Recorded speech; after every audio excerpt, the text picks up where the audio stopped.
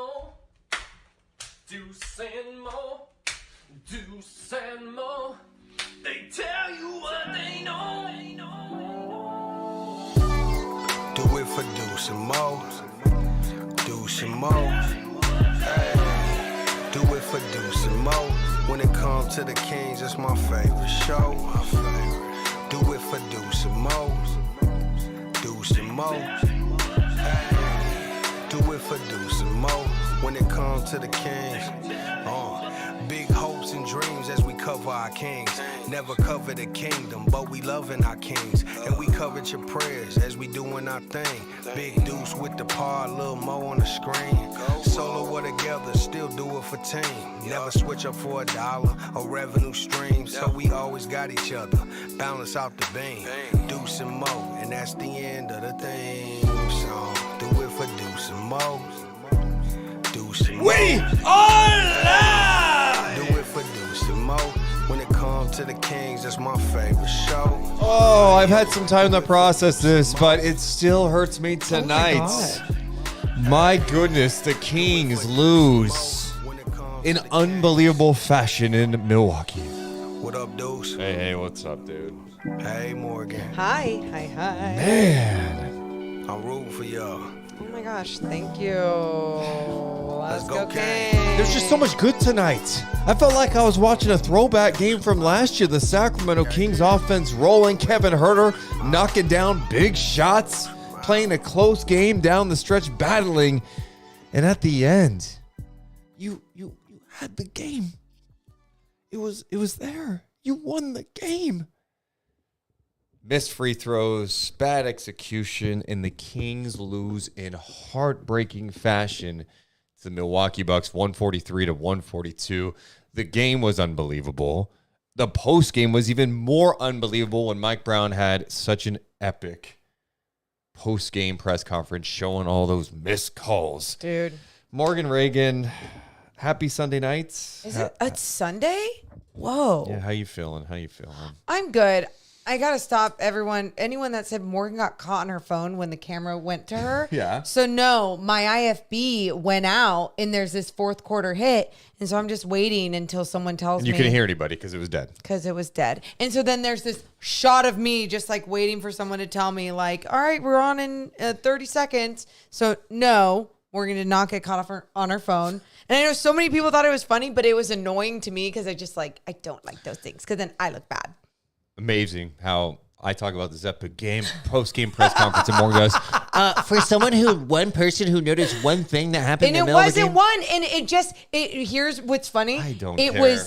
It was something that was heavy on my heart since that moment, and so then I just I saw it and I had to get it off my any chest. other personal things you want to get off your chest? There's too much hairspray in my hair right now, and I would love to brush it out, but we're good. Other than that, oh yeah, what else? how about that game? It Oh, was an yeah, that unbelievable game. game and heartbreaking. Dame. Screw Dame. You know what? I'm going to do what you did tonight. Hey, Dame. Good bit. Yeah. Oh, what the? I need didn't a watch. throw my watch. That's what I would have done. I put it down. Screw you. What time is it? It's game time. It's annoying time is what it is. Even You know what it is? When you hit De'Aaron Fox's arm on a three-point attempt, be we a call homer. that tweet. Foul time. we know. Yeah. No. That's foul. No, we're not doing that though, because then I know. we've seen podcasts that do this, and it's like that's cringe. I'm kidding. But we will talk about those angles. Yeah, there's a lot to go over this one. There's just so much good. And we've been wanting a game like this for how long? Yep. I mean, the Kings actually a close competitive loss. Oh, that's honestly, I was ready. I was ready for a close competitive loss. I wasn't ready for a heartbreak, which by the way, I'm excited to talk about it. I'm excited to talk about it. Well, we appreciate everyone hanging out with us on a Sunday night. Make sure to hit the thumbs up. Make sure you're subscribed. All that does is help our channel grow so more and more people around the world see our content. Of course, we love Kings fans all over the world. Believe it or not, there's some Kings fans who don't even know we exist right now. Isn't that crazy to think about? No, because sometimes when I see people with millions of followers, I'm like, I have no idea who they even are. No, but the whole point I'm trying to make is Morgan just is knocking me down already today. I don't know what it is. I'm not knocking you down. Just hit the thumbs up and subscribe because all it does is help our channel grow. I see. Oh, is that what you're saying? Daniel in the chat, clapping for losses. Facepalm. I don't know if you noticed, it was kind of a sarcastic, like, hey, a close loss after losing by an average of 16.7 points per game. And Daniel, we're not one of those shows that's just going to be like, hey, they lost. We're going to sit here and pout the whole time because believe it or not, there was good things that happened tonight. So we're going to cover the good. We're going to cover the bad, especially late. And we're going to talk about Mike Brown's post-game press conference. So if you want to go somewhere else where there's hot takes all the time, then go. He wasn't even saying that. Daniel was saying, I'm also clapping for losses, but I don't want to. And that's where, I mean, out of here, Daniel. I'm excited. I'm excited to start talking about this game because, and I might mention this again, even on the actual podcast. Oh, so Deuce is taking over this moment. There you go. So what I'm saying is, though, what I'm excited to do right now, and then also when we start the podcast, is really give my opinion. It's my opinion of how I feel, and it's fine if it's not your opinion, but it's my opinion. Yep. Cool. And I was going to give it, but now I'm just going to wait. Yeah. Cheers. Hey. Appreciate you guys being here. Hit the thumbs up. Subscribe. You guys are the best. Let's do it. Deuce and Mo, we're coming down. 3, 2, 1. Hit my music. Deuce and Mo. Deuce and Mo. Deuce and Mo, they tell you what they know. Deuce and Mo, Deuce and Mo, Deuce and Mo, the podcast that you know. Welcome into the Deuce and Mo podcast, recording this on a Sunday night after a heartbreaking Kings loss. So disappointing in so many ways because the Kings had a lead. They were up 141 to 137 with 18.4 seconds to go. They ended up losing 143 to 142 because Dame Lillard hit a game winner, 3-pointer at the buzzer, and the Bucks get the win. Each and every one of our podcasts presented by our friends over at Northwest Exteriors. Check out trustnorthwest.com. I'm Deuce Mason alongside Morgan, Reagan, and Mo. This one hurts. This one really, really hurts. And there's so much to unpack from this one because there's so much good from this game. We saw the emergence of Kevin Huerter back in the lineup and showing life. A shorter rotation, a tighter rotation, a lot of good. The Kings kind of looked like the team from last year, but poor execution down the stretch. And then we saw the most epic of epic post-game press conferences from Mike Brown, who got ejected from this game. And then after, goes to the podium, busts out the laptop, and is starting to show missed calls by the officials tonight.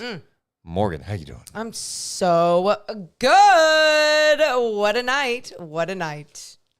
What a night. Where do we start on this one? I mean, there's so many different ways we can go about this one, but like, I feel like already your emotions are just like here and here. Like when we started the show, you're like, oh, we are live or whatever. And then you got all excited. And then 2 seconds later, you're just like, oh, what a dagger. That's what the game was. And then you chucked your watch. Yes. And then you're like, are you happy? Are you happy more? And I'm like, I'm fucking great. I don't know where you're at, but I'm great tonight. I feel amazing. You feel amazing even after what went down. I do. The stretch of this game. Well, let's just start with the end of it, okay? Because we can bounce around. There's so many angles in this one, but ultimately it was a Kings loss because Dame Lillard hit that game winner. Morgan, they're up 141 to 137. Monk's fouled. He goes to the line. Malik Monk, despite the fact the Kings are the worst free throw shooting team in the NBA, is their best free throw shooter. 87% at the line. He was 0 for 2 at the line with 18.4 to go. By the way, Malik Monk missed 4 free throws tonight. That just doesn't happen. He was 6 of 10 overall, but missed 2 big ones when the Kings are up 141 to 137. Then a defensive breakdown, and Brook Lopez hits a huge 3 like 7 seconds later with 11.5. You're like, okay, now it's a little tighter here. It's 141 to 140 at that point. But the Kings have the ball. You're going to get fouled once you get it inbounded, hit a couple of free throws, and you move on. You escape. Well, De'Aaron Fox is fouled with 5.2 to go. Fox goes 1 of 2 at the free throw line. Wow. So with 5.2 seconds to go, the Kings are up 1. Wow. This is just so hard to deal with. 142 to 140. Dame Lillard, the inbounder. De'Aaron Fox decides to help off of Dame, who's the inbounder. Dame looked like he wanted to give it to Giannis. Monk was kind of on Giannis. So De'Aaron kind of went toward Giannis. Dame inbounds to Lopez, who in return gives it right back to Dame Lillard, who really had just a clear path. I mean, you give him space. Fox tried to recover, but Dame created separation and buried a 3 at the buzzer. Just awful execution down the stretch by the Kings. Awful execution. And on top of all of that, you talk about how Malik Monk is one of the better free throw shooters. Giannis Antetokounmpo is one of the not so good free throw shooters. Yeah, he's not good. Yeah. And he was knocking down all of his clutch free throws down the stretch. So it was killer. He missed one down the stretch, so that was big too. He though. did He had miss that huge one. Yeah. He did miss that one. And that was great. But you're talking about that last play with Dame, and I think right there alone is where we start with the execution and how the pressure was not put on properly, and which is so surprising because the pressure throughout this entire game was put on. It was at a different level than what we've seen as of late, right? It was like they were locked in, engaged, energy there against a better team. It was there. The resistance was not there on that final play. It was like everyone just was like, we got it. Well, we Fox won it. made the mistake. Fox did not need to leave Dame to go help on Giannis. Like, let Dame throw the ball to Giannis. Monk is on him, and if anything, Giannis is the guy that has to try to create something once he gets the ball, and maybe he has to throw out a heave. Fine. I'd rather have Giannis throw out some desperation, bullshit long 3 for the win than Dame getting a clear runway. I mean, Dame cannot get the ball in that possession. And even when you recover, Monk could have helped on him, or Sabonis could have come up. They didn't blitz him. Like, Dame cannot get the ball in that situation cleanly. He got the ball cleanly, and that's what happened. Everyone was afraid that maybe to foul him, that like the refs were going to call a foul maybe. And so like they were like, all right, let's play this one safe. Playing it safe is getting your ass on Dame Lillard and making sure that he is feeling pressure. At least, there was a lot of times throughout that game, Dame was like throwing his body and being like, give me the and one, like all these veteran things. And I'm not even making fun of it because he's obviously so good at it and has been doing it for a long time at that level. But that final play, it was like they didn't want to mess with that. They didn't want to be the one to mess with that. But it would have been nice if there was more defensive pressure. That's it. Dame cannot be able to go downhill in that situation. He is the inbounder. Top of the key. He throws it to Lopez, gets the ball right back. That's just a brutal mistake by De'Aaron Fox, the Kings, in that situation. Yeah. And that's what's unfortunate is one of your best guys, De'Aaron Fox, misses a huge free throw late, and then there's that defensive blunder by the Kings. And this is not a game the Kings should have lost. This is one we should have come on after. Like, what a response after the game against the Sixers. That was disgusting. They came out, played like the team of last year. The ball was moving, 30-plus assists. They came back from being down 12. Yeah, they did. Right? Mike Brown gets ejected when the Kings are down 10.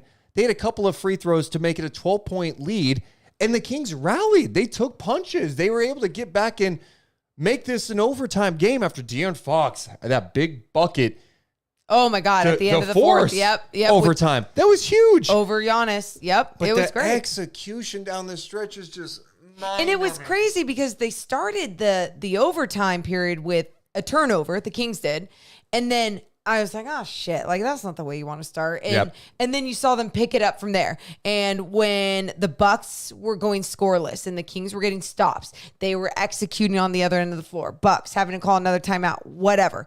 It was looking great. It felt like with the last 18 or so seconds left, that when the Bucks went into we're gonna foul you mode, that the Kings were already in this place of we got this, we won this, and then free throws were being missed, and it just wasn't enough. And when you have those moments, those lapses against a team like the Milwaukee Bucks that have done it at a very high level, and have been playing a lot better together, that's what could happen.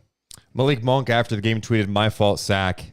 I'll Aw. be better." So he's obviously feeling it after, he had a chance to kind of seal it for the Sacramento Kings. But Yeah.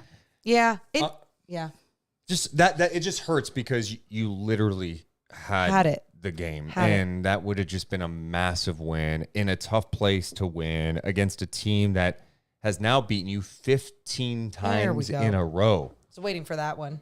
15 straight now. That was your shitty stat of the day nominee. Morgan, there's not a part of me that thought the Kings were going to lose when they were up 4 with 18 seconds to go. That's the you're up 4 with 18 seconds to go. And I know you never believe until there's no time left, but just being rational about it, it's like you have to execute better down the stretch. There's so much good from this game that we'll talk about. Yeah. And I loved so many aspects.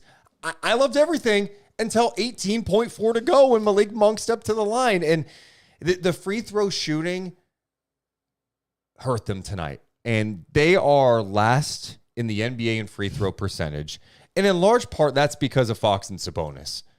Fox takes almost 7 free throws a night. He is shooting 72.6%. Yikes. He improved last year. I think he was around 78% from the line. I want him to get to 80. He has dropped this year. Domantas Sabonis has dropped this year. He is second in free throw attempts.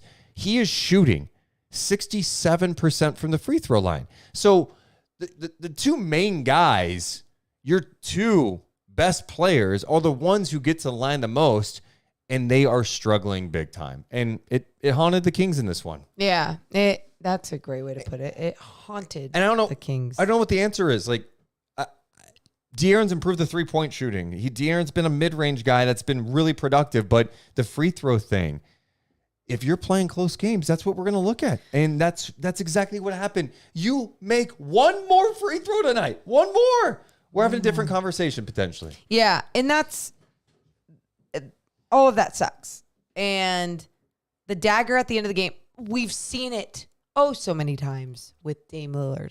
And that's why when it did happen, I think I was less heartbroken that it was Dame that did it, because I was like, typical, this was going to happen at some point. I disagree. What? Because that play shouldn't have happened anyway. Just Dame should not be able to get the ball in that situation. I agree with that, but but it did happen. I mean, that's my point, is like it happened and it was not executed on the other side of the ball, but Dame executing what he needs to do on that side of the ball, like, we've seen it before. It's typical. It happens. But the sad part is he didn't even have to work for it on that final play. That's what's the most annoying shit about that final play. But now I'll get to one little thing that I wanted to say before the podcast. And that was my opinion on this game, because I have to drive back 90 minutes. So I have a lot of time to think after a loss, after a win, after a lot of time. And Deuce, usually I get a call from him with instant reaction emotions. And I'm like, bah, please hold on. And even my dad, I called my dad and I got instant reaction emotions. Oh, I'm so angry, blah, mad at the world. Like, everyone, I get it. Instant reaction. You know what I did, or I tried to do, as soon as that post game came on, because I was getting ready to talk to a Kings player and go, did Mike Brown getting ejected from the game end up, motivating you guys to play with a little fire under your ass? Whatever. That was not going to be my question, but it was going to be around that, okay? And I didn't get asked that. I didn't get to know that answer. And instead, I'm coming on camera deflated from a Dame Lillard 3. But what I told myself when this game started, and I said it to Matt Barnes too, and I said, you know what? If they lose this game in a competitive style, I'm going to be okay, because I haven't seen that in a while. And I know there's so many Kings fans out there, or NBA fans even going, how dare you be okay with the loss, you sick son of a bitch. Well, guess what? I am okay with that loss, and I'm not okay with how it ended and how things were not executed. Oh no, we'll go over everything. But where I am okay was, Finally, the Kings are not losing by 20 plus, Yes. 16 plus points, and we actually had a competitive game against a good team, a competitive loss against a good team. No moral victory bullshit here. Don't you worry, anyone that's calling me soft or sitting on a fence. I'm okay. I'm just telling you what my opinion is. You can have your opinion, but that's where I'm going with this one. Proceed. I agree with that. I mean, I don't know how you watch tonight and aren't satisfied with how the Kings responded, because they have been just pathetic in some of these losses this year. I mean, just getting dragged. The defense has been bad. The shot making. Tonight felt like the team that I saw last year with a little fight where Kevin Huerter, thanks for arriving. I know we'll talk about all that. So that was a huge plus for me. But again, you got to execute down the stretch, and it's a loss. So the Kings are now sitting at 23-16.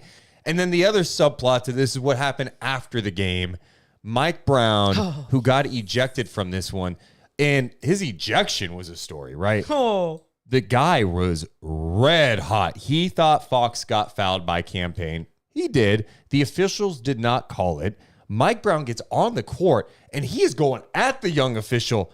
He bumps into Pat Connaughton, who's coming in transition, to go after the official a little bit. And, I mean, he went as close as he could to the official without bumping him. I think Mike Brown's going to get suspended for that ejection. But you know what? I am so glad that Mike Brown got hot tonight. I don't think he's gotten a technical this year. And I felt like there are times like, Mike, you got to give him one. Your team needs that. You've been getting on them. You got to get on the officials a little bit when things maybe aren't going their way. Tonight, he had seen enough. I'm not a guy that slams officials all the time, because I just think the job's hard. I understand it. But the league has had some really tough moments over the last week. And then they had some tough moments in this one. It's not just free throw discrepancy, right? It's a consistency. And I'm looking at the half. I'm like, 19 free throws for the Bucks, 5 for the Kings. It made no sense, especially on some of these calls where the Kings are attacking. They're not getting the same type of whistle as the Bucks, who are getting a favorable whistle right now. That impacts the flow of the game. That impacted the game in the first half. And I was irritated by it. It obviously irritated Mike Brown, who lost his absolute shit on that play. And I'm glad he did. Like, it was clear. His team got fired up. Trey Lyles came over. Malik Monk was like hugging him to pull him away from the official. Just like, hey, Mike, coach, you got it. But the Kings were down 10 at that point, and that lit him up a little bit. It totally that lit a fire under their ass a little bit. I don't think it was because I don't think he was necessarily trying to do that. I think he lost his shit because he wasn't satisfied with some of these calls that were not being made out there by the officials in this one. And it's a larger issue in the league right now. And you're wondering, why are there so many missed calls? People have conspiracy theories. Oh, this is scripted. The officials are anti this. It's none of that. The fact of the matter is there are more. You see younger officials getting opportunities now. And these officials, because you've had these longtime guys who either retired or left the league for whatever reason, who have been in the league forever, they're gone, and they're replacing them with younger officials who, to be honest, are like rookies in the NBA. The lights are bright for these people, and they come in and they make mistakes. And I'm seeing it game after game after game. And tonight was a great example of this. It's about a consistent whistle. There was not a consistent whistle in this game tonight. There are missed calls galore. And I'm so glad Mike Brown got ejected. What do you think about that whole sequence? Well, that whole sequence, I'm with you. When I saw him lose his shit, I was like, okay. And then I saw the replay of what he lost his shit on. And at first I'm like, wait, where's the foul? You see another angle. You see Campaign doing his thing where he's just tripping up De'Aaron Fox. It is deemed a foul. But screw even that play. Let's go forward to when Brook Lopez has his arm on Sabonis, I believe it was, and has one hand. Thank you. Malik Monk has one arm on him. Yes, and Malik Monk goes up to the basket. They call the foul. We all thought it was like, yeah, Malik Monk's going to the free throw line. The Bucks challenge it and go, that's not a foul on Brook Lopez. And the refs look at the replay and go, all right, successful challenge. It's going to be it's going to end up being Bucks ball. My point to this is Mike Brown breaks down how even that moment, this forearm is deemed a foul in this league, but all of a sudden it's not deemed a foul for Brook Lopez. Those moments were happening too much in this game where it's like, oh, so that's a foul for Domas Sabonis, but that's not a foul for Brook Lopez. And then when Mike Brown was already gone, I mean, you even had that moment when Sabonis took an elbow, a Giannis Antetokounmpo elbow to the freaking face. Yeah, Sabonis, the camera's right on him. He's laying on the ground and he yells, "How is that a foul?" He was everybody at home watching that game. He was just on the ground like, I just got an elbow in the face. Luckily, they did overturn it. They did. But Mike Brown got ejected. It was 9:27 to go in the fourth. They were down 10 at the time. After the free throws, they were down a dozen. And so my whole point to that whole thing was those moments were happening before before Mike Brown got ejected, the moment Mike Brown got ejected, and after Mike Brown got ejected. So I understood his frustration and I enjoyed his frustration, but I'm sad if he's going to be suspended. He's going to be suspended. And it sounds like he's going to be suspended. He came onto the floor and a player ran into him. I think that's so probably enough. bad. And then he went after the official. And then, of course, what happened post-game was epic. Mike Brown talked about, hey, we messed some things up down the stretch, missed free throws. We should have blitzed Dame on that final possession. We messed that up. And then Mike Brown busted out a laptop in something we have not seen an NBA coach do post-game before. Here's Mike Brown talking after the game.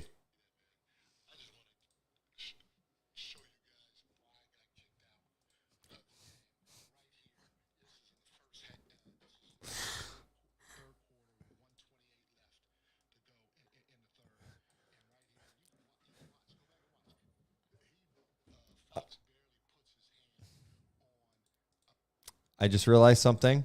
This is going to be an edit. You guys are going to be like, the audio wasn't on. You're right. The audio wasn't on. Let's go to Mike Brown. Let me see that, man. I just want to show you guys why I got kicked out of the game. Right here, this is in the first. This is in the third quarter with 1:28 left to go in the third. And right here, you can watch. Go back and watch. Fox barely puts his hand on Dame's hip. Okay? Incidental contact. He didn't push him or anything. He barely puts his hand on there. And they give him 3 free throws. Now, at half, we were down, I think, 19-5 in the free throws. 19-5. And I know that happens sometimes. But that's very frustrating when at the end of the half, from what I get told all the time, Malik drives, Lopez comes over and goes vertical with a forearm down here. Now, from what the NBA tells me, the rule is if you go vertical, you got to have 2 hands up. Because Domas has his hand down here a lot, and they call him for it every time, and they always tell us, well, you got a forearm here. And they said that tonight, they said the forearm could be here as long as it's not extended. So I don't know what the rules are in this situation. I need a clarification because, again, 2 hands up is what the rule is on verticality. But they were here, and they said Lopez could do this. That's a 5-point swing. They take away the 2 free throws, and then Milwaukee goes down and hits a 3. And to end the half at 19-5, that's tough to deal with, especially when you're getting told different interpretations on a rule, okay? So now I go back. They call this foul again on Fox. Now, again, he didn't push him. They said it's supposed to be incidental contact. They give him 3 free throws. Now, watch this, right here. Fox comes off a pick and roll. The kid, Campaign hooks his arm. Look at Fox's arm when he spins off of this. Hooks his arm. He almost falls. No incidental contact. He hooks his arm and almost falls. And there's no foul. And so to me, as a coach, I'm okay with, look again, boom, he almost falls. And that's at the fourth quarter at the 9:32 mark. I'm okay as a coach because the referees are human and they're going to make mistakes. But you just hope, A, there's some sort of consistency. B, there's some sort of communication between the refs. And the refs tonight, they were great. They communicated with me all night. But in terms of the consistency, you guys saw it right here. Dame coming off the pick and roll, and Foxy getting hooked and almost falling coming off the pick and roll.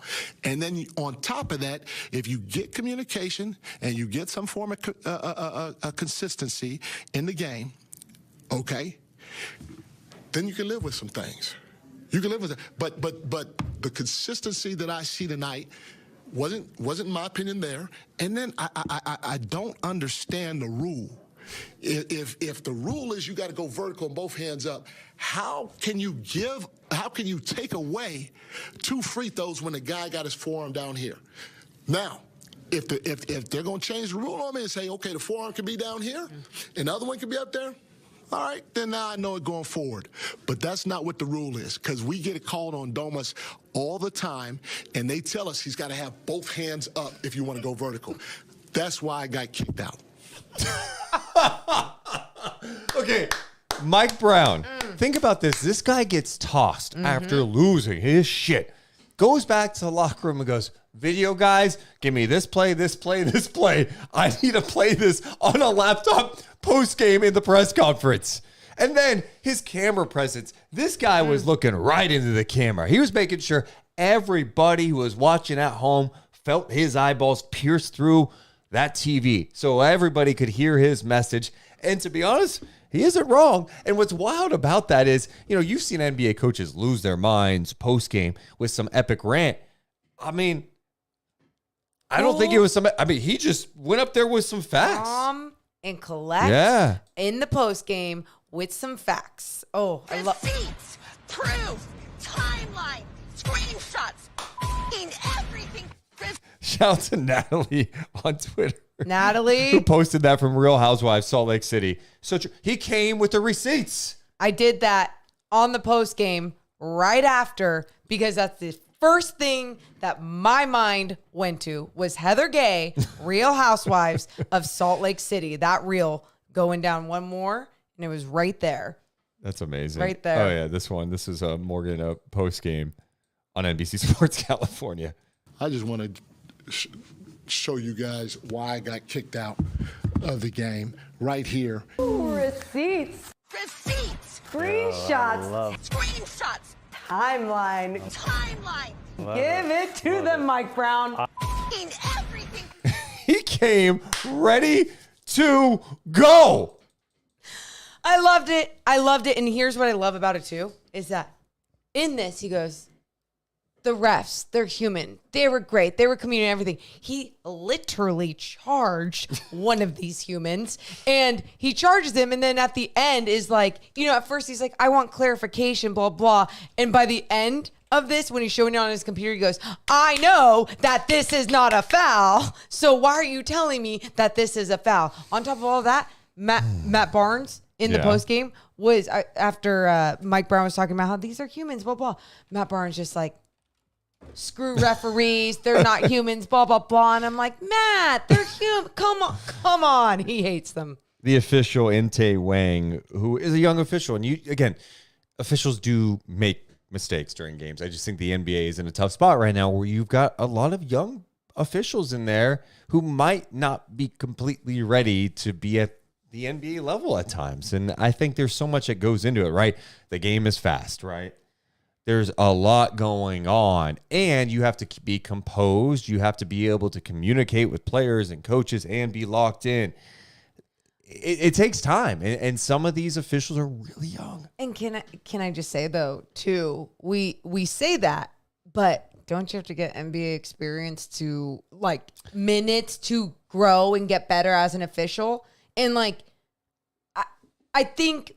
When I say that, and a lot of people might jump on this, if Matt Barnes heard this, he would not be happy. And you look at the G League and you look at officials trying to really figure it out there. We've seen officials come from the G League and then into the NBA, and it's a lot of practice. It's a lot of great experience. But then sometimes when they're in the NBA, it's still a little different. And sometimes I don't know if it's because there's so much star power, because the pace in the game is even quite different than the G League. There's similarities, still different. So I don't know what it is, but I guess my point is, don't you need those NBA minutes to just grow your game even as an official? But the point is they're coming in, and it's I'm sorry, being in the G League, you're officiating games that don't feel like they have the same stakes, right? Sure. There aren't millions of people or, locally hundreds of thousands of people watching an NBA game, okay? Yeah. You've got fans, you've got people who bet the games, you've got everybody in attendance, and you've got superstar NBA players, coaches, a lot on the line. There's a lot of pressure. That pressure is not the same pressure when you're coaching a game in Sioux Falls with, 320 people there in a G League game, right? No, it's just I a get different it. type of pressure. And it's just like anything. You're right. You just need the reps. But you have to have people who are locked in and ready for the moment, ready for the heat, that can handle the heat. And That's fair. yeah, but look, you're picking on a young guy. He's not the only official who misses calls. There's veteran officials who miss calls, and it's just unfortunate that continues to be a story right now in the NBA. But I think it is an experience issue right now for the league. As far as what Mike Brown did, I'm glad he got tossed. I'm glad he did what he did. I think this was overdue in a lot of ways. He had not had a technical. I could be wrong. I don't think he's had a technical this year. Okay. And even if he has had, maybe he's had one. Okay. But I think he needed to do that, not only to kind of send a message to the officials, but also like, hey guys, I got your back. For the players, I feel like the vibes have been kind of weird in Sacramento, especially with how they've been playing and, how Mike Brown's kind of done things with the rotation. Just been weird energy. Yeah. And tonight felt more like last year's energy. Like the team was playing the right way. Brown's all fired up. From the start. The rotation was tighter. So there is a lot of good to take away from tonight's game. And I wonder if tonight could be a turning point. On one other note, Keegan Murray did not play in the second half, left with hip irritation. I think people think it happened when he went on that dunk attempt on Brook Lopez, when Lopez blocked the shot and Keegan hit the ground pretty hard on that. Who knows how long that's going to be for him? Hopefully it's not like a long-term thing, but that's like an interesting subplot. The Kings also were without Keegan Murray in the second half, and Keegan was maybe missing some shots in the first half, but dude was playing. The guy was playing some good defense. He had a task at the start of the game, which was defend Dame Lillard. Think about that for a second, right? So I think they missed him in a lot of ways, but Trey Lyles started the second half. Trey Lyles had some nice moments tonight. Kevin Huerter was big time. Anyway, it's one of those games that I think we'll be talking about for a while, just from the standpoint that there was so much drama in this one. Went to overtime, poor execution. The officiating was weird, and then Mike Brown's epic post-game rant. Yeah, love dramatic games, but love them when they end in the fashion that I want them to end in, and that would have been with the Kings win, a Dame Lillard miss at the end, just execution from the Sacramento Kings. But I think, too, now, since we started at the back end in overtime for this game, I would love to kind of go through it, talk about some of these individuals, and really going into that starting lineup for the Sacramento Kings before we go into some of the other rotations that we really liked. But with that starting lineup, you had someone in Harrison Barnes coming out strong, contributing to this team, making sure that he was doing something out there in his almost 32 minutes, scoring, 14 points in that one. He came out aggressive. He did. And the reason why I think that's important to say, because when he contributes in one way or another, and this is also with Keegan Murray going out in this game, there are good things that happen for this team. But it wasn't only him being that X factor. It was also Kevin Huerter being that other guy. Kevin Huerter was fantastic. Yep. It was fantastic. And this is a good lesson for Kevin. What's the lesson? Don't let the shots dictate your game. Kevin Huerter did make shots tonight. That was great. It was how he played. The guy was rebounding his ass off tonight. He had a double-double. He had 10 rebounds. That was the most exciting part. Kevin Huerter did have 20-plus points. It's the first time he's had 20-plus points in a game since late November. Yes. He's been in a major funk. You hope that this could be a turning point for him. I've maintained this with Kevin. He's a better player than he's played this year. There's just no way you drop off like that. He hasn't had some weird injury. My goodness. Nice. He's been in his head, right? And I think Mike Brown maybe in his head a little bit, whatever that is. He came out tonight, knocked down some shots, and all of a sudden his swagger was back. He can't let that dictate his game. Just play with the confidence. He had 26 points. He had 10 rebounds. He had 3 assists. He was active defensively, had many deflections tonight, 10 of 14 shooting, 6 of 9 from downtown. I was thrilled for him to have that type of game because that has been such a bad spot for the Kings. Think about this. If he's not playing well, Duarte was in there. He's giving them nothing really. Duarte didn't even play tonight. So I loved what Kevin Huerter brought. What jumped out to you about Kevin in this one? I thought his confidence with his shot. And we've seen him chuck up some shots out there where it's like you can feel either the hesitation and or the release just not feeling the same. I felt like all the other things that he was doing on the floor, like you said, running in there for a rebound, and when I say a rebound, I'm talking about 10 rebounds. Yep. That was giving him a different type of confidence to produce on the other end of the floor.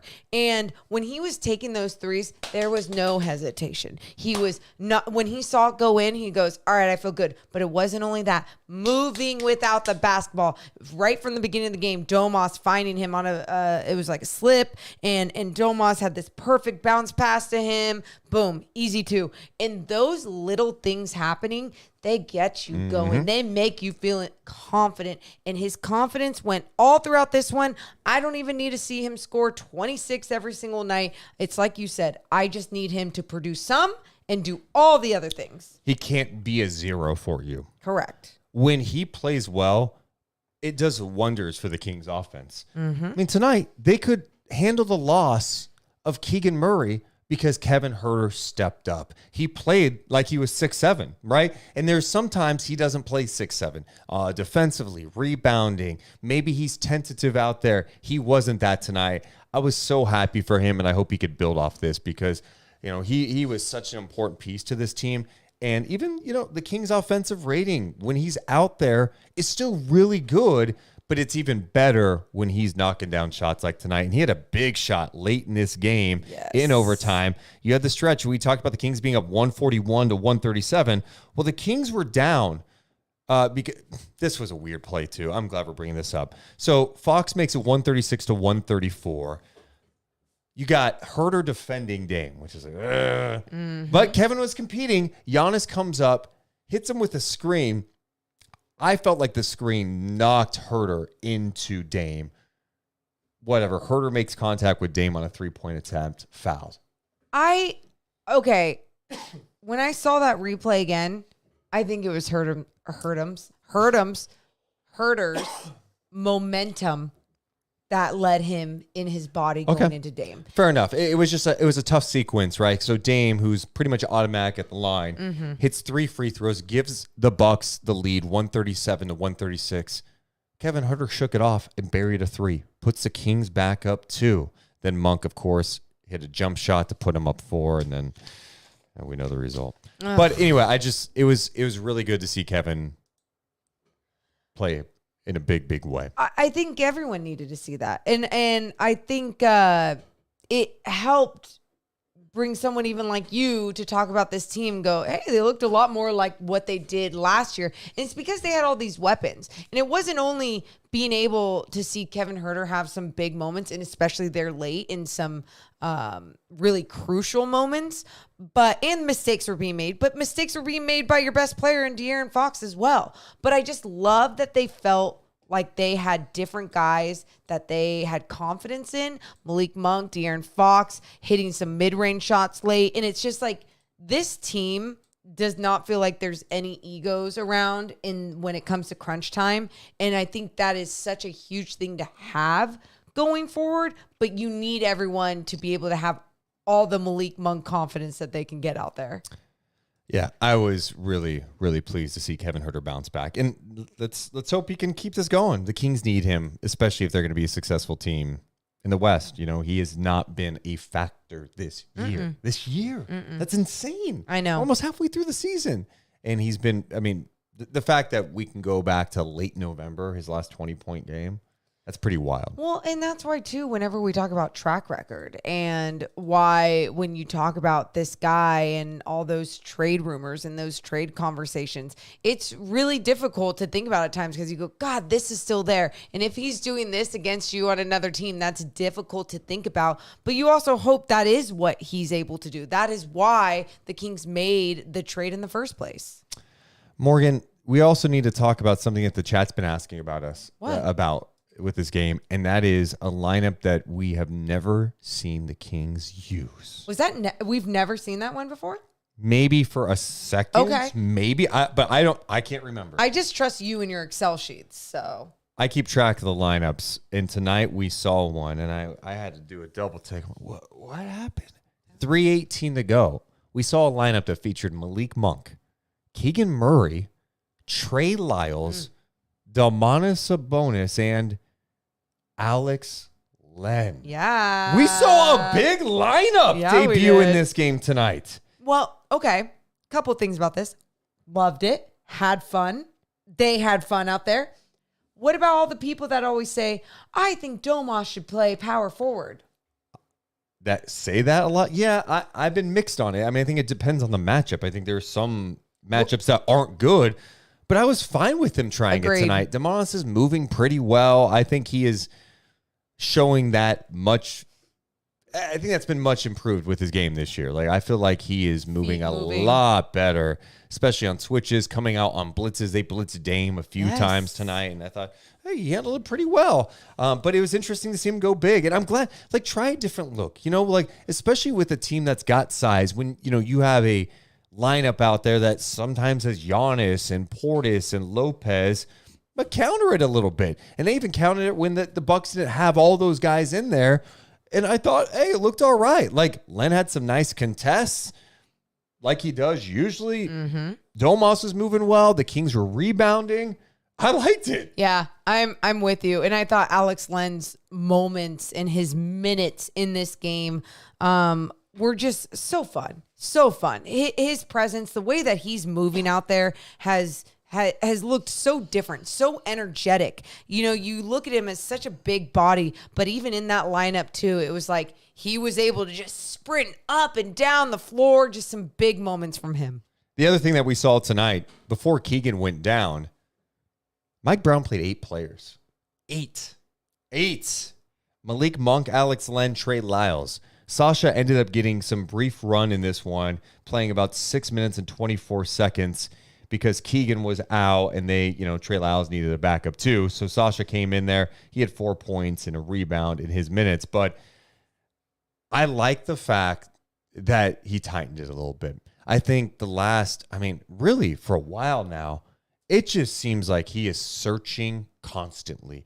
Mike Brown's like, all right, Colby, you go in there. Kessler, it's too much. Yeah. It's too much. Yeah. And you just need to find a group and stick with the group. Now, I'm not saying never adjust, but I want to see these guys get into some sort of rhythm out there. And I felt like tonight it was good to see him stick to like an 8-man rotation. Some sort of rhythm, but also some sort of good mental state, you know? Yeah. Like it's not like it messes with people when that kind of stuff happens. And it just felt like, again, you look at someone like Kevin Huerter, because he was doing things, he was staying on the floor, but also he was staying on the floor. So good things were happening as well. Longer leash was there, shorter rotation. I loved what Mike Brown had to offer early. Yeah. Hey, Mike Brown, is he our rock and soul player of the game? Like, honestly, this is one of those games where I'm really happy with everything that he had to give. Let's give some love to Domantas Sabonis, too. We haven't even talked about the fact that this guy had another triple-double, 21 points, 15 assists, 13 rebounds on 9 of 10 shooting. He played just under 45 minutes. It's his 10th triple-double of the season. He's second in triple-doubles this year behind Jokic. And Sabonis has 7 triple-doubles in his past 13 games. It's wild. What stood out to you about him tonight? I just thought he was physical and aggressive from the start of the game on. And there's been times. He went at Lopez tonight. There's been times. Finished with the right. When there's frustrations and we've seen him be frustrated, and it takes him out of the game. I haven't seen that a lot lately. And I think that's led to a lot of triple doubles. Not only has it kept him on the floor. I mean, think about us talking about foul trouble at the beginning of this year or the end of last year, whenever it was. This guy has been able to stay on the floor. I think it was last game, if anything, that got those 2 or 3 fouls pretty early in the game. So I don't want to act like he's been doing this every single game, but we've been seeing it more consistent where he's able to stay on the floor because he's using his chest, and he's using his chest on both ends of the floor. The other thing about that, though, Yeah. is tonight the Kings did something different. In the past, when they played the Bucks, they put Harrison Barnes on Giannis, and it's just been. I watch and I go, why? Put someone with some size on him. They elected to put Sabonis on him, did. and that's another credit to this guy. Is he stayed out of foul trouble, and he took the shots from Sabonis. Yes. It wasn't going to be perfect. We know how difficult Giannis is, right? The guy is just a Everyone. physical freak. He's built like the Incredible Hulk or Deuce Mason, and that's tough to deal with sometimes, right? What? Why are you smirking? Morgan, we have similar builds. It's not. I'm not trying to make it a thing, but similar builds. I'm not. Take off your shirt and show everyone. Show them You your want build. me to right now? Everyone wants to see your body. Okay, here I go.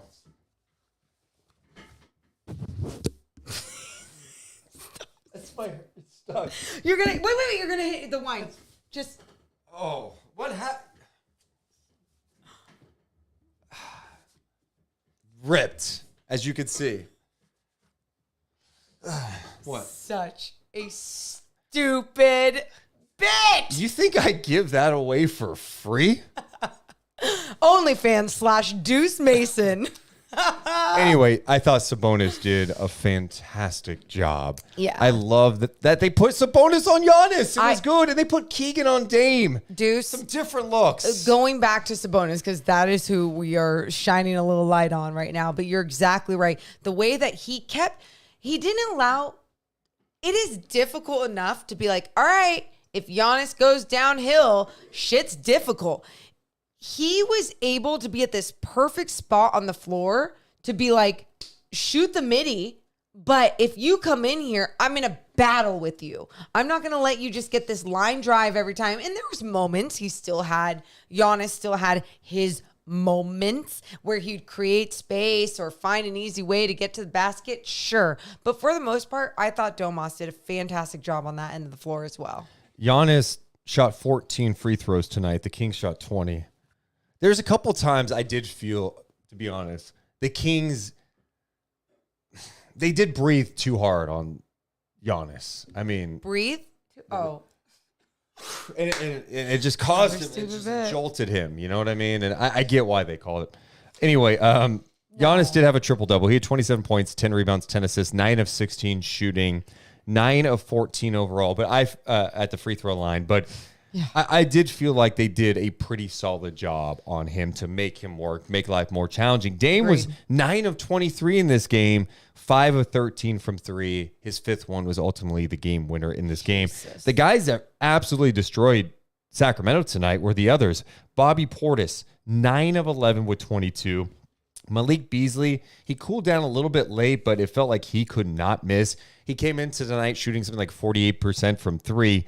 He was 5 of 9 from downtown in this game. yeah. The others. That was the story of the Milwaukee Bucks. And not to say that their guys didn't produce, because I thought they still also did a great job, but it wasn't their 50-point games. It wasn't their 40-point games. Instead, it was everyone contributing for this team. And like you said, Portis off the bench, but I also thought Campaign had some big threes when he was in there. He was 3 of 4 from beyond the arc. He finished with 15 points in his 12 minutes of play, plus that foul that sent Mike Brown over the edge and out of this game. Yeah, I didn't even talk about Campaign. You're right. The others, I left Campaign out. The fact that he played 11 minutes and 35 seconds and was 3 of 4 from downtown, 5 of 7. Hit some ridiculous shots. Disgusting. I'm just like, really? This guy? I'm glad he had a heat check miss. That was really nice. For Sacramento tonight, we mentioned Domantas Sabonis with a huge triple-double. Kevin Huerter with the double-double too, 26 points and 10 rebounds, 3 assists. De'Aaron Fox had a bizarre night. He started 4 of 5.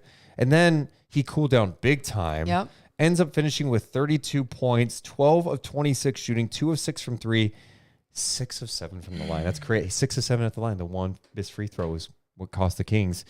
He had 5 assists in this game, 3 steals. It didn't cost the King that one missed free throw. It did, because if he made both, then Sure, Dame's but got to hit a 3 to force a double overtime. I know. I guess it's And Malik Monk, it's true. It is true, what it is, but man. sometimes it's hard for me because yes, I agree, but at the same time, it's like if anything, what cost the game was that defense on Dame Lillard at the end, which was De'Aaron Fox. and that's to me more of that big moment than the missed free throw. But yes, either way, there's so many of those moments at the end of this one that were tough. But like you said, De'Aaron Fox in his 43 minutes still had a pretty good game out there, especially the way that he was finding his mid-range shot. And there was a few times where I thought he was being a little bit passive with the way that I think he had that dagger pass to Sabonis that went out of He bounds. should have shot that. He should have shot that, Morgan. That moment right there, I was like, what are you?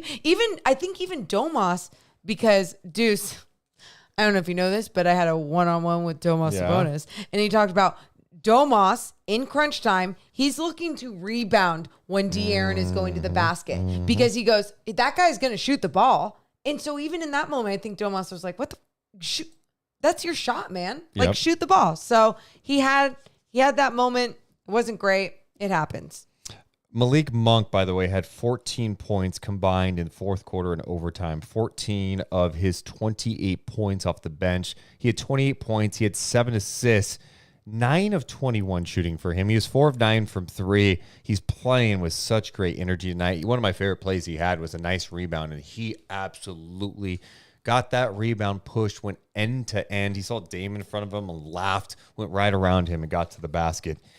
He had a big game for Sacramento in this one. Kevin Huerter also had 11 points in the fourth quarter for Sacramento. 11 of his 26 points came in the fourth quarter for Sacramento. So there's just so much good tonight, and it's weird to be talking about that after a loss, but that you have to acknowledge it. It was, to me, I feel so much better about this team compared to how I was feeling after this.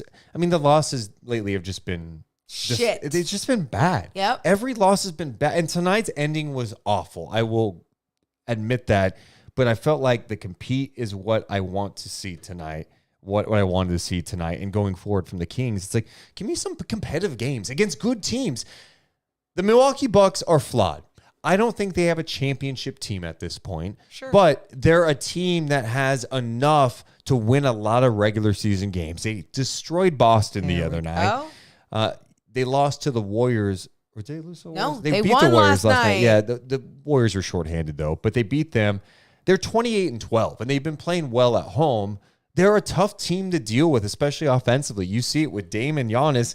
Those guys create so many good looks for others. We talked about the others tonight. Well, you got to worry so much about that Dame Giannis pick and roll that someone like Malik Beasley gets some great open looks. And there's a reason why he is shooting such a high percentage from 3.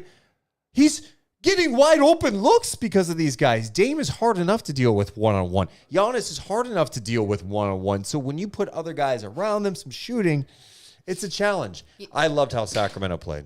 Someone in our chat said, hey, nothing is worse than being down by 50 at home. And that's exactly right. Yep. We remember that feeling against the Pelicans, and it was not pretty. And not to say, like, it's not to compare. It's literally what we've all been saying. And Mike Bibby said it on the postgame show after the Sixers game. He goes, I just want a competitive loss. Like, I don't even give a shit if it's a loss. Like, I just want a competitive loss. And tonight, it was one of those games against the Bucks where the Kings absolutely could have got the win, should have got the win, but they screwed up in some of these last-minute overtime minutes. And it was a competitive loss. No moral victory. Don't worry, anyone that's like, you're soft. You know no what? moral victory. I may give it a moral victory tonight. You know why? Because the Kings haven't had one this year. They've been. Who would be your rock and soul player of the game, chat? Who would be your player of the game tonight? Morgan, who would your player of the game be? Does it have to be a player? I mean, it doesn't have to be. Go ahead and nominate whoever you want. I would like to nominate head coach Mike Brown for just being phenomenal with his rage toward the official. I thought it was beautifully done with Malik Monk trying to hug him off of him, to his apology after the game and breaking down the whys he was angry. I just loved it. Loved it. He's so human. He's so relatable. I love Mike Brown. Yeah, and I thought he coached a good game today. I like that he went with the big lineup. I like that, as we've mentioned, he tightened the rotation. It felt like they played with a little bit of fire tonight. We're getting many mentions. A couple of people mentioning Kevin Huerter. Matt mentioning Domas Sabonis. Jess mentioning Sabonis. Garrett saying Huerter. Buckhorn saying Huerter. Ruckus saying Dame. No, we're not. You know what? Let's see who it is. Who is it? The rock and soul player of the game. Hopefully I hit the right button. Kevin Huerter gets it tonight. Good for him. Yeah, I'm giving it to Kevin Huerter. Good job. 26 points, 10 rebounds, 3 assists on 10 of 14 shooting. We need to have some perspective on this guy lately because he has been really, really bad this year for Sacramento. For a guy that was so impactful for them last year. I mean, he didn't play last game, right? Yeah. He only played 1 minute against Charlotte. Against Detroit, he had 4 points in 29 minutes. Pelicans, 17 points, but, that was a blowout. Before that, Toronto, 3 points. Orlando, he played 18 minutes, had 2 points. In the loss against the Hornets, he had 4. Morgan, Deuce, his he points has haven't been felt. That's my point. Yep. He has had, before tonight, double figures in 1, 2, 3, 4 games since December. Yep. You have to go all the way back to November 28th when he had 21 points, 9 rebounds, 5 assists, and a win against the Warriors when the Kings rallied back in that in-season tournament game. So I'm so happy for this guy because he is someone that struggles with confidence when he is in a funk, and he's dealt with some adversity this year. He responded in a big way tonight. He looked like the Kevin Huerter of old again. And I think there's so many people who talk about, the Kings, they don't run the same offense. Dude, the Kings are running the same amount of dribble handoffs as they did last year, actually a little bit more. The difference is you're not making the shots. You're not making the shots. You're not as efficient. Teams are defending it better, but Kevin got it going tonight, and I was really happy for him. Our rock and soul player of the game, Kevin Huerter. Yeah. Make sure you go check out Rock and Soul Diner, just 6 blocks away from Golden One Center, Friday and Saturday nights in January. You can get 50% off your entire bill after the Kings game. And during the Kings game, 25% off appetizers and drinks. It's a hell of a deal. Morgan. Yes. Do you think this loss? Oh. I don't know. Do you feel like this loss? I guess it goes back to a moral victory thing, which we're not talking about. But I feel like this game should give the Kings a little bit of confidence. Even the way it ended, crappy. No? Okay, can I tell you why? Because I have felt that way about other wins this season. This season, not this year, this season, where I'm like, all right, this is where they're turning the corner. I still think they're an inconsistent team until they show me otherwise, until they show themselves otherwise, right? Like this game is the start, even though it's a loss, it's the start of being more like themselves again. What are they going to do coming up against the Suns? And even if it's a loss against the Suns, I will not be as happy or chipper as I was tonight. But if it's a loss in a competitive game and it gives us something to break down and actually talk about with their game and not just being disappointed in some blowout bullshit loss, then all right, we can start talking about, okay, are we getting somewhere with this team in this rotation? What would be your Sharif Jewelers moment of the game? Would it be Dame fouling Fox on a 3-point attempt in overtime that did not get called? Dude, we didn't talk about that enough. Talk about it really quick before. I mean, it didn't decide the game, and it's like, well, Fox making free throws anyway. But, it's just annoying. That's it. Fox launched a 3 in the overtime period. Dame clearly hit him. I went back and watched the replay. In fact, you're probably going, okay, Deuce, are you exaggerating? Well, I'm glad you asked. Wait, recorded this is how petty I am. I said, let's go to the tape. I'm like Mike Brown right now. I'm bringing out the laptop. Pretend I have the laptop, like okay? So this is an overtime. The Kings are up. I think it's 130 to 128, 3:47 to go. Dame is defending. I go slow motion. Clearly hits.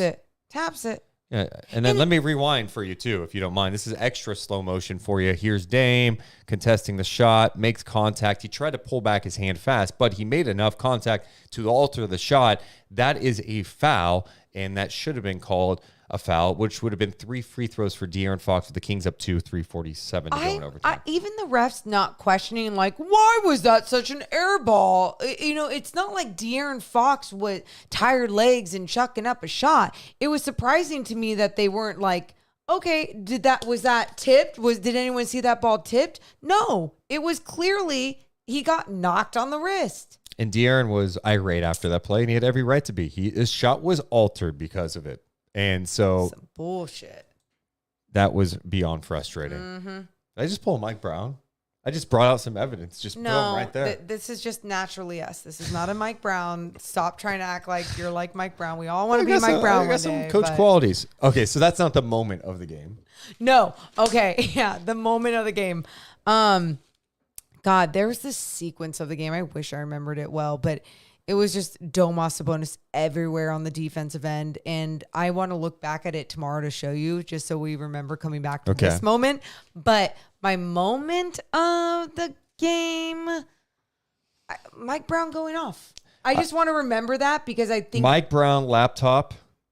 That post game and then going off. And ejection. Yep. We do have to note missed free throws. Because I think when we look back at this game, when we pull this from the moment jar, our Sharif Jewelers moment of the game. Dame Dagger. Put it on there. You know what? I'm not going to forget it. Okay. That's how much is going to stick with me. Our Sharif Jewelers moment of the game, pretty much Mike Brown. Oh, your mood just keeps going up and down. Yeah, it does, Morgan, because I cannot believe Dame got that look. What? Why do you defend? Don't remind me. I just would love to know, and I don't know if Fox talked about it after the game, but I would love to know in that situation, like, De'Aaron, why did you think to go defend Giannis on the inbound when Monk was in front of him? I don't think there was. The reaction there is just like, that can't be the case. And then you're just in recovery, and then you have a chance to kind of recover from it. Oh yeah, I can and see Sabonis. Come up and blitz. I mean, the guy cannot sidestep into a 3 with 5.3 to go. I mean, this is just a breakdown of epic proportions. I mean, this is Look, he runs back on Dame. You know what was interesting? Sabonis, why was Sabonis playing off? Sabonis He's was at the free throw line. Sabonis should have came up almost to Brooke Lopez first to be like, all right, let me come up even more. But you look back at even that situation with De'Aaron Fox, it's not like he didn't give up. He let up. And just in a split second, he was standing up instead of sitting down in that defensive stance. Deuce, it was such a quick moment. Like looking back at it again, it's like if he doesn't go toward Giannis, that's not just his fault though. That's I understand really it's not. No, and I mean after that, I mean if you really if you really want to break it. Oops. Wait, so you didn't like the way that he was trying to deny with Malik on Giannis? You didn't need to. Okay, let Giannis gets the ball. Look at where his angle is. So Giannis maybe gets by. Giannis is going to have some bullshit half-court heave, and it's Giannis. I'm not worried about that. What I'm worried about is this guy getting the ball back. So now Dame, right at this moment, I mean, he's got an ability to go downhill. Sabonis at the free throw line. Sabonis decides to back up. Why? Why at that point? I think he's a little worried about Giannis at that moment. But look, at this moment, De'Aaron thinks he's got Dame. Dame can put on a little move. He does just that. Sabonis, why are you staying there? You know what can beat you? A 3-pointer, not a 2. Deuce. A 2 can't beat you. So get your ass up and get up there. Blitz him. He cannot get that look. I was way angrier before. But watching this over and over, it's worse to me. No, yes, it's Morgan. not. To me, it's not as bad. It's bad. Oh, don't get me wrong. It's bad. But what's bad about it is you don't leave Dame. Listen. What's bad about it is just the IQ not kicking in for everybody. Right. That was it. That is it. Because I thought maybe De'Aaron was too much too loose with this situation when I first watched it, but looking at it again, it's not that he's loose. It was just they weren't reacting quick enough to their personnel. And even right there, Dame crosses over and or just starts going down toward the middle instead of down the right lane. And that's where De'Aaron's body, he gets that one step in front of him. And Domas, just stop. Look how far. Domas right there, he's thinking there's 3 seconds left on the clock. He's just thinking, I'm protecting my paint. But I get it. Yeah, I get it. I'm not saying he's You're at right. the top of the key now. You I'm drop not back, saying and he's then right. that does nothing. And it's a hell of a shot by Dame. Let's also acknowledge that. There you go. It's a hell of a shot, but he shouldn't have got that shot. And that's what's disappointing is I understand De'Aaron recovered, but who cares at this point? This is where it's communication. Monk's like, Monk should be like, I got him. Instead of yeah. It's just I wasn't even worried about Giannis in that point. I guess my point is like I'm not leaving.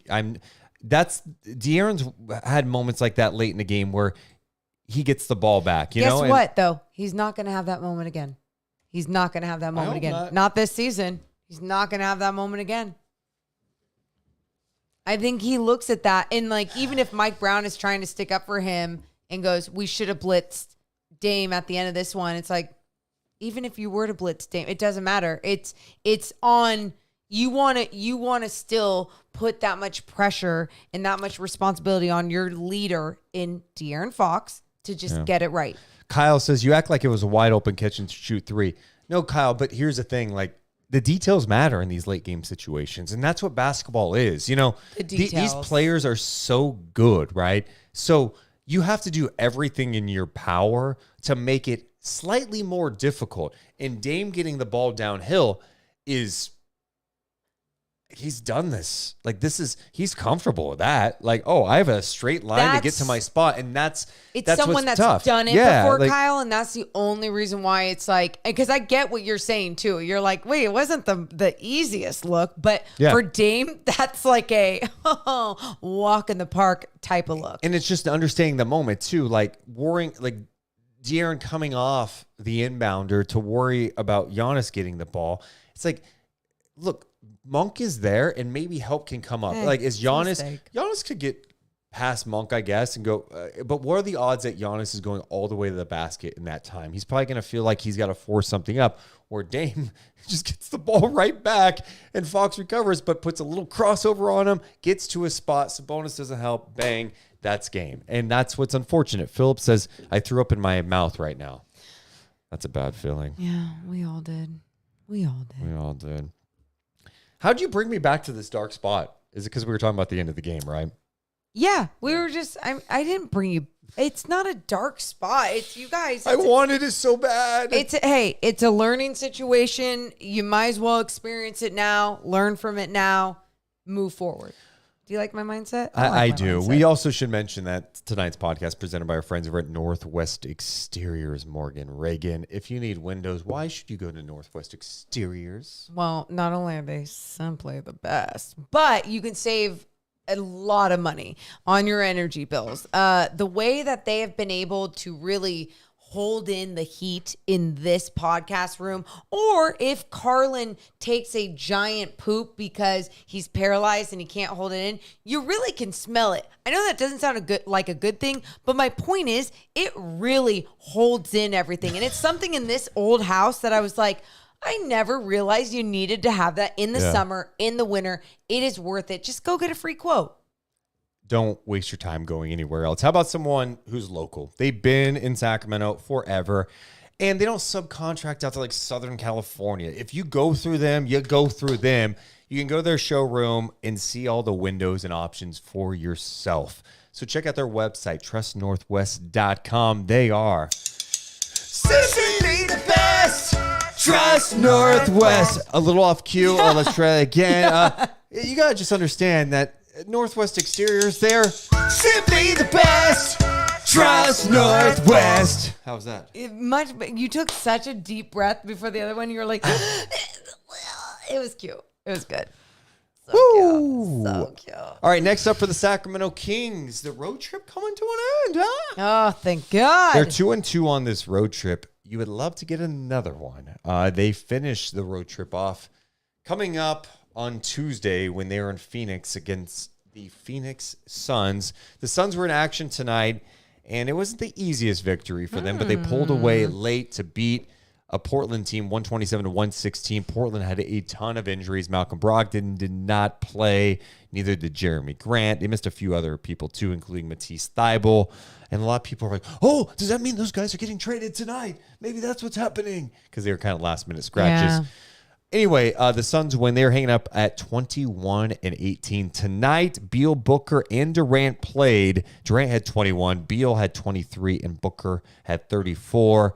It's our first chance to kind of see those three play together coming up on Tuesday. Yeah. And I think you look at this point of the season and you go, all right, let's play a team that's fully healthy so we can get a pulse on what our team, this team currently can do against a team like that. And that's why even tonight, I'm glad that Giannis played. I know there was a second that he was questionable because of his shoulder.